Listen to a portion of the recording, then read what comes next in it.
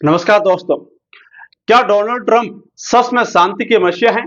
भारत पाकिस्तान से लेकर रूस यूक्रेन और इजराइल गाजा तक ट्रंप ने दावा किया कि वह दुनिया भर में युद्ध रोके देंगे, लेकिन क्या उनकी ये कोशिशें कामयाब रही? आज की इस वीडियो में करेंगे ट्रंप के उस सीज फायर की रिपोर्ट कार्ड का विश्लेषण।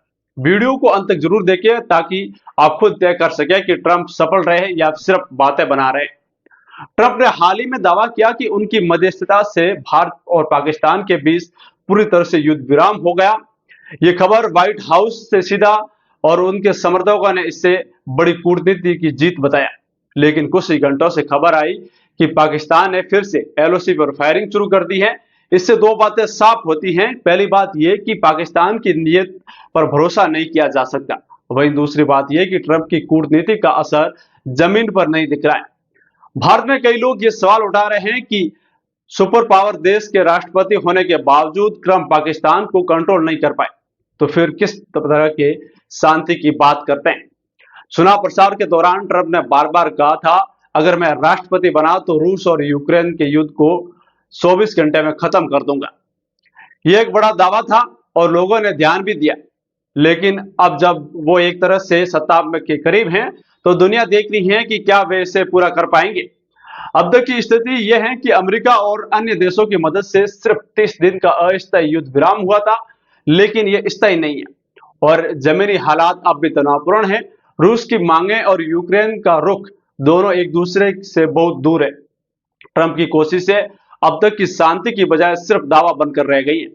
जनवरी 2025 में अमेरिका, कतर और मिस्र की मदद से गाजा में युद्ध विराम लागू किया गया था, लेकिन 18 मार्च को इजराइल ने फिर गाजा में हमले शुरू कर दिए और यह संघर्ष दोबारा तेज हो गया। ट्रंप प्रशासन इस पूरे मामले में सिर्फ दर्शक बना रहा। इससे साफ होता है कि ट्रंप की टीम है वो इजराइल को मनाने में नाकाम रही और उनके कूटनीतिक अनुभवों और प्रभाव दोनों पर सवाल उठता है। गाजा में हालात अभी बेहद गंभीर हैं और ट्रंप की मध्यस्थता का कोई असर दिखाई नहीं देता।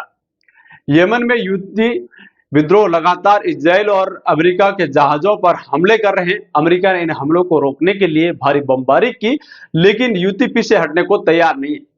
इसके बाद ओमान की मध्यस्थता से अमेरिका ने युद्ध विराम किया, लेकिन इसमें भी शर्तें यूथी विद्रोहियों की ही मानी गई।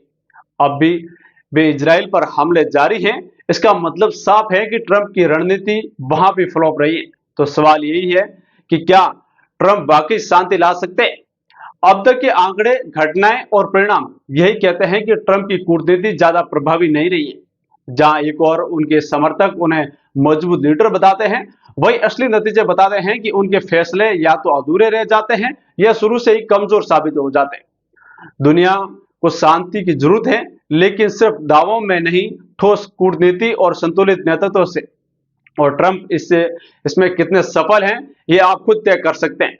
अगर आपको ये विश्लेषण अच्छा लगा तो वीडियो को लाइक करें, शेयर करें और चैनल को सब्सक्राइब जरूर करें। नीचे कमेंट में अपनी राय लिखें। क्या आप ट्रंप की कूटनीति को असरदार मानते हैं?